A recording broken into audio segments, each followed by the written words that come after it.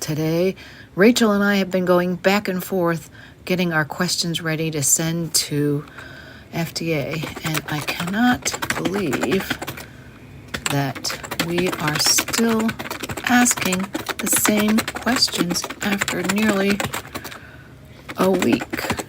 Hit send. I sent an email to FDA with more questions. It looks like I got a bounce back, so I am just going to kind of share all these questions really widely and let Lena know the status of that.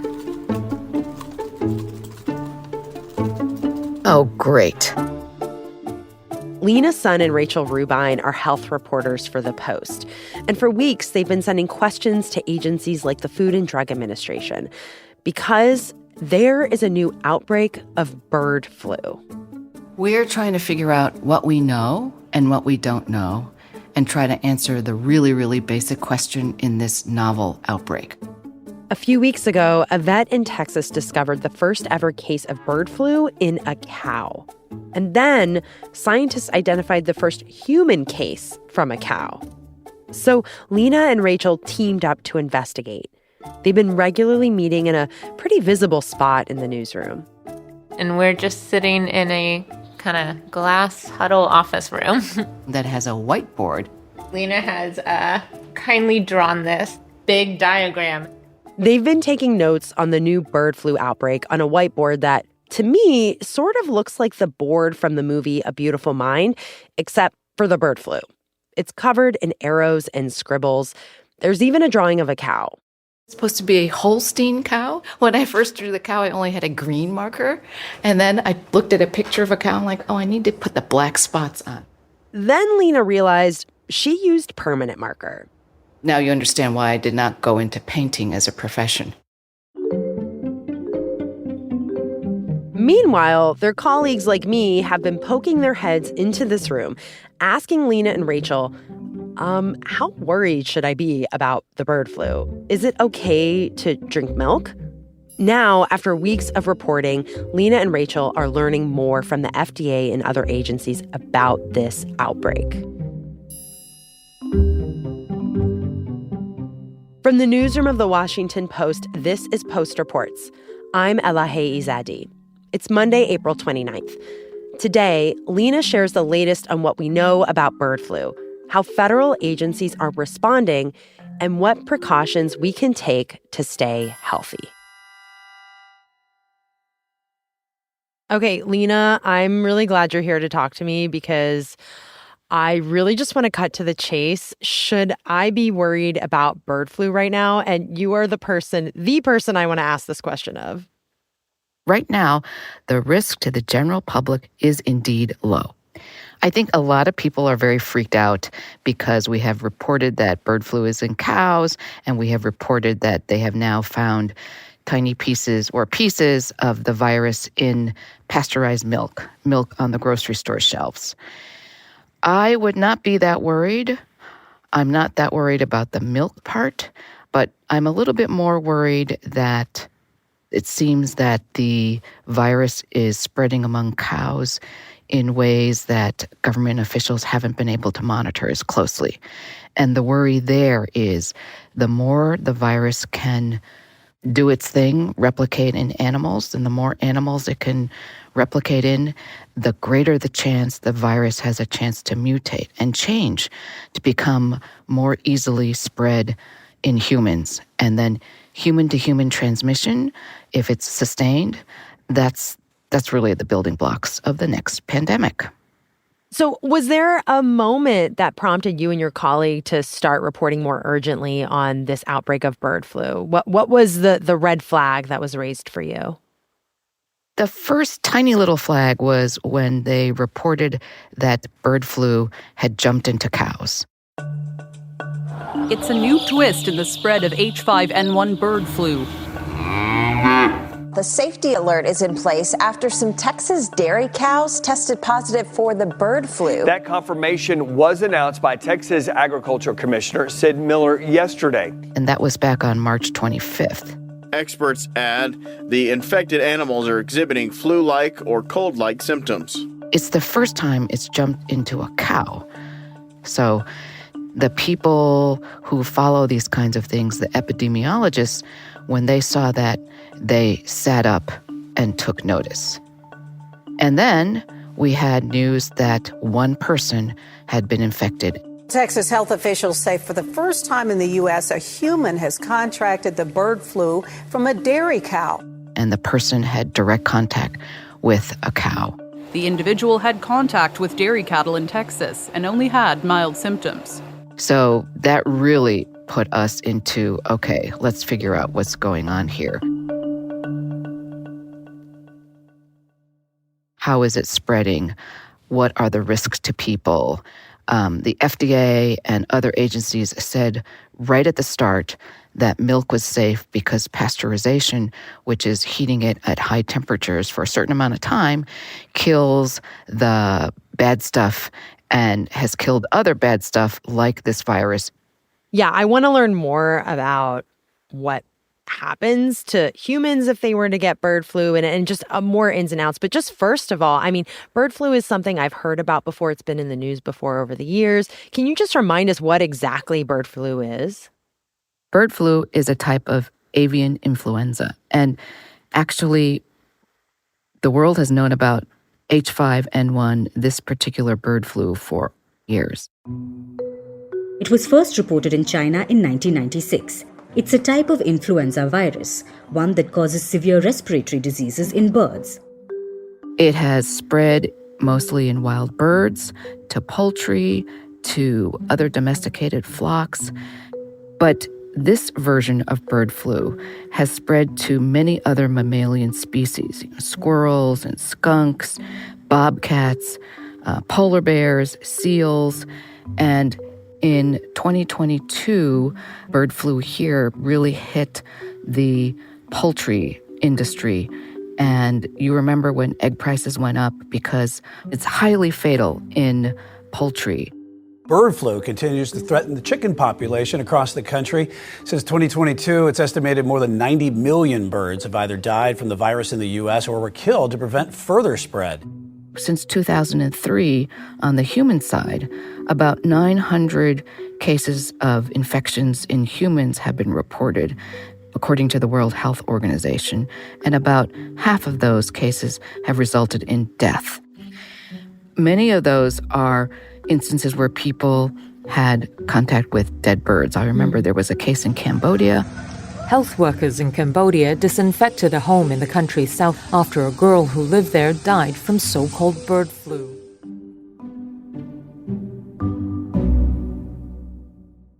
But what happens usually, we only know about the most severe cases. So jumping to this outbreak, the person who was infected with H5N1 in this outbreak, this version of it, didn't get very sick. The person had eye redness, which is consistent with mild flu-like symptoms. Okay, so Lena, going back to this recent cattle outbreak in the U.S., can you remind me where this started and where in the country has it spread so far? The first herd was in Texas. The first person who got sick was in Texas. That person has since recovered, and no contacts in that person's household became sick. Those people were tested, and we don't have any additional reports of illness. And so where else have they found bird flu in dairy cows? They found it in at least 33 herds in at least 8 states. That includes Idaho, Texas, Kansas, South Dakota, New Mexico, Michigan. So, Lena, I feel like so much of talking about infectious diseases is almost like you're trying to be a detective and figure out how did this happen and what's going to happen next. So I'm wondering, what do you know about how the bird flu jumped to cows? What do we know about how this happened? The whole key and success to any outbreak control is to know how it started and how it's spreading. I think there's a fair amount of agreement that it started with wild birds who were infected with bird flu and infected this first cattle herd. We don't know how that happened. If the cows somehow came in contact with the bird touched it or feces. We don't know, but it's pretty much from the wild bird to the cattle. Among the cattle is what is really critical to know. Is it spreading through respiratory means? The early evidence and growing evidence suggests, according to USDA, that the virus is spreading cow to cow through mechanical means, like maybe the milking equipment, or possibly, one of the officials said this the other day at a press conference, if you had a rat in the barn and the rat was drinking the milk and then went to another cow and touched it, some like surface that way instead of respiratory, because they found most of the virus is in mammary tissue, in the milk, in the udders. So you're going to ask me, well, what happens to a cow when it gets sick with H5N1? They noticed that there's decreased milk production, and the cow's milk is like thick and kind of discolored. And maybe the cow is not moving as well. Sorry. I was waiting for you to move, Lena. Sorry. Never apologize for puns here. So that is key to everything. If they know how the virus is spreading among cows, then they can figure out, okay, what does this mean, the risk of exposure to humans? Right now, they know that when a cow gets sick, it takes about a week to 10 days for it to recover. And the cows have not been getting severely ill. So in that time, we don't know how long the virus stays in the cow's milk. We don't know how long after the cow has recovered, whether it's still shedding virus, right? Because then that could pose a risk to workers. And all of that factors into what kind of guidance you should give to people who are in contact, who are working with the cows, not just on the farms, but at the processing plants where the milk gets sent. Mm-hmm. The latest development seems that they did find virus in the lung tissue of a cow that was not showing any symptoms. And that cow had been moved from an infected herd to another herd. They're trying to tease out, and it seems to suggest that this virus can be spread even when the cow is not showing symptoms of sickness. And that is why USDA recently issued an order to the dairy farms and said, farmers have to test any cows, lactating cows, before those cows can be moved across state lines. And the cows have to test negative before they can be moved. You know, the dairy farms that produce the cows that make the milk that we drink, they're private. And you can't just go in and say, we want to test all your cows. It's voluntary. And those dairy farmers, you know, you don't want to be known as a farm that has a herd of infected cows. That's not good for business. And also, that is not good for all the workers who are on that farm, who take care of the cows, who make sure that the cows don't get sick, who milk the cows, put that milk into processing plants.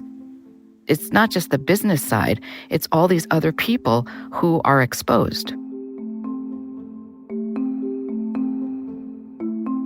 After the break, how we can protect ourselves. And is it safe to drink milk? We'll be right back.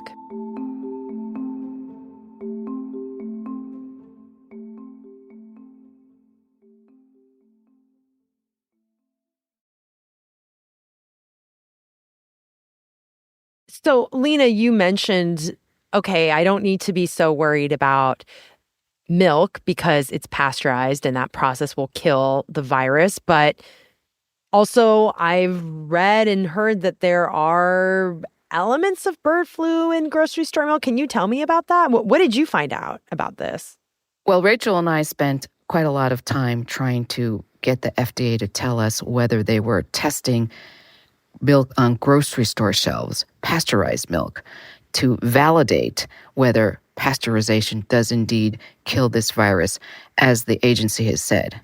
So you have to remember, they've never had H5N1 in cows. Therefore, they've never had H5N1 virus in pasteurized milk, right? So when this happened, they didn't have any studies showing, oh, look, pasteurization kills this particular virus. Wait. They just assumed that process would kill that particular virus?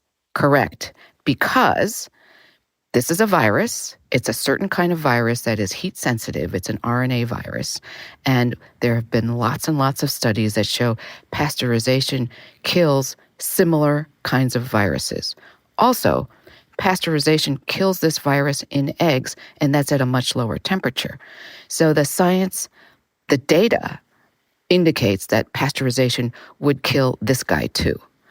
But now they are doing additional tests to doubly make sure, to validate that pasteurization does kill this virus. In that process, they have been taking samples from grocery store shelves. And we reported that they had found fragments of the virus in pasteurized milk on the shelves. That test does not tell you whether the virus is active and infectious. It just tells you there's virus fragments. Think back to the pandemic. Remember when you got sick and you recovered, you were told not to take the PCR test because the PCR test could find pieces of virus even though you were all better, because that virus is the virus is dead. It's the same kind of test that they're using for the milk to look for H5N1. It will detect evidence of virus, the fragments, pieces. But in order to show that this virus is live and able to infect you and harm you, you have to take the virus and grow it up in culture. You have to see if it grows. If it grows, not good. Initial early tests by the NIH show that in a small sample of grocery store milk where they found viral fragments, they weren't able to grow it up. In other words, the virus, it'd be dead. I mean, do you have any questions left around the fragments in the milk that leave you wondering, how widespread is this thing? Is that more of what the fact that there's fragments of bird flu virus in grocery store milk, is that really what it tells you, that it might be more widespread than we think it is? Exactly. Because cows who are sick and therefore have H5N1 in their milk, that milk is supposed to be discarded and dumped. It's not supposed to be sent to the pasteurization plants. Okay? It's supposed to be, not in there.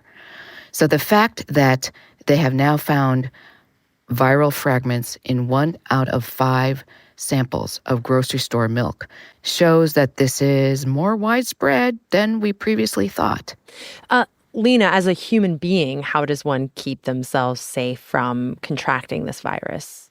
Well, for most of us, I think it would come down to not to touch wild birds or dead animals. If you come into contact with them, don't go pick them up or check them out, or call the right people to get rid of the dead animals.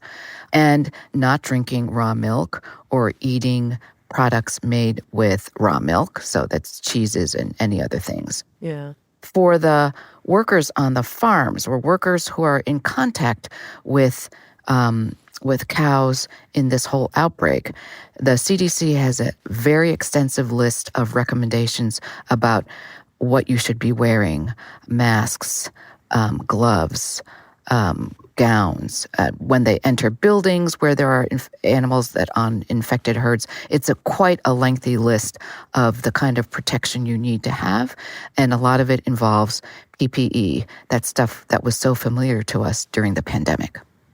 So you had mentioned that some of the symptoms for people, if they were to get H5N1, are there any other symptoms we should be aware about? So, this person who got sick was monitored for flu-like symptoms. So we've all had flu, right? And it would be those kinds of flu-like symptoms: fever, cough, respiratory, eye redness, muscle aches. And luckily, this person only had the eye inflammation, conjunctivitis. And the CDC has all sorts of surveillance to check for flu in people, human flu, all year round. And then they can pick up when the tests go to the labs to detect influenza A. H5N1 is a type of influenza A. And they have also data from emergency rooms that check when people come in and complain of certain kind of symptoms, things that might flag for them. So up until now, all these ongoing surveillance systems have not detected anything unusual, especially in the areas where there have been reports of infected cows. And is there any treatment? Are there any vaccines for bird flu?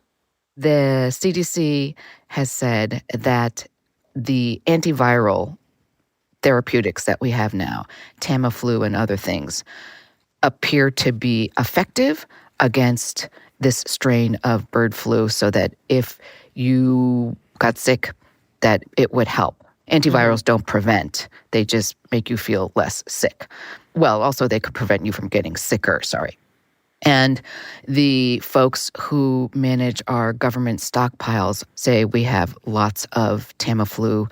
There is enough if in the event, worst case scenario, that this thing gets bigger. There are also building blocks for a vaccine against H5N1, this strain of H5N1 in people, that government officials say could be geared up fairly quickly. There's a portion, hundreds of thousands of doses that could be distributed.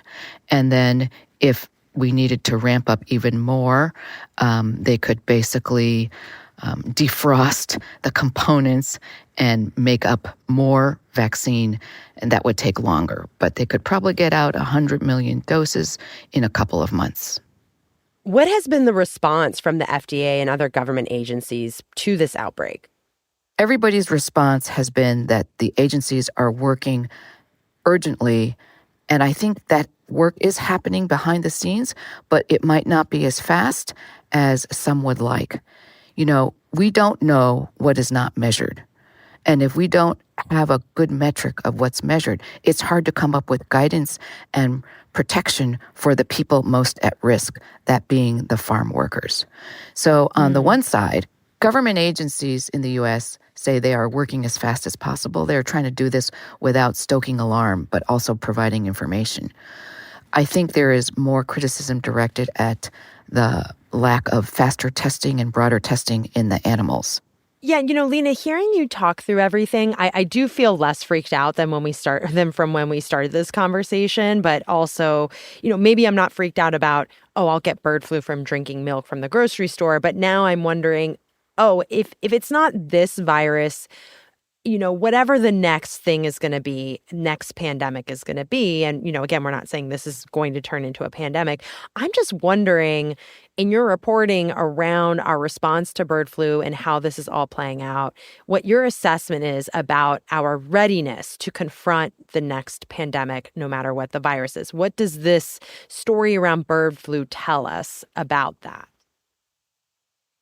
I think that it tells us that even when we know the U.S. government has bird flu, has avian influenza on its radar of top causes of the next pandemic for like 20 years. People have always known that influenza could be the next pandemic. So that's why they were surprised by SARS-CoV-2. And also, after the pandemic, state health departments were gutted.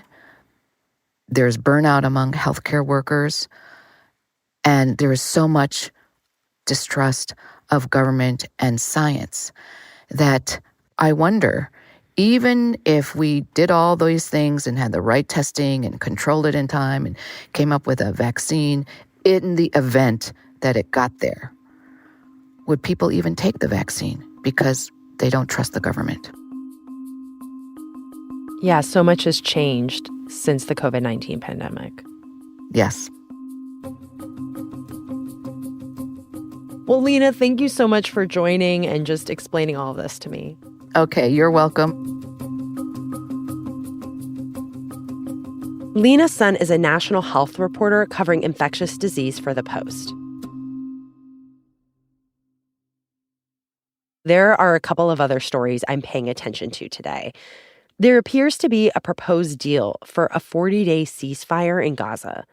The deal could include the release of Israeli hostages held in Gaza and thousands of Palestinians in Israel. At the World Economic Forum on Monday, U.S. Secretary of State Antony Blinken called on Hamas to accept the deal. And in this moment, the only thing standing between the people of Gaza and a ceasefire is Hamas. They have to decide, and they have to decide quickly. There's growing international pressure to come to an agreement. Israel is planning a major assault in southern Gaza on Rafah, which Israel says is a remaining stronghold for Hamas. More than 1 million civilians have sought refuge there. A Hamas official said the group was examining a ceasefire proposal. And then there's a more lighthearted story I'm following. Hear that noise? It's the sound of cicadas in Newberry County, South Carolina. Right now, billions of cicadas are emerging across the Southeast and Midwest after spending more than a decade underground. They're so loud that people in Newberry County are calling the sheriff's department, reporting that they're hearing what they thought were burglar alarms or warning sirens. The noise is especially loud this year because 2 broods of cicadas are emerging at the same time. This is the first time that this has happened since 1803. So if you happen to hear a loud buzzing noise in your neighborhood, keep an eye out for these red-eyed bugs. And hey, look up some cicada recipes if you're feeling especially adventurous.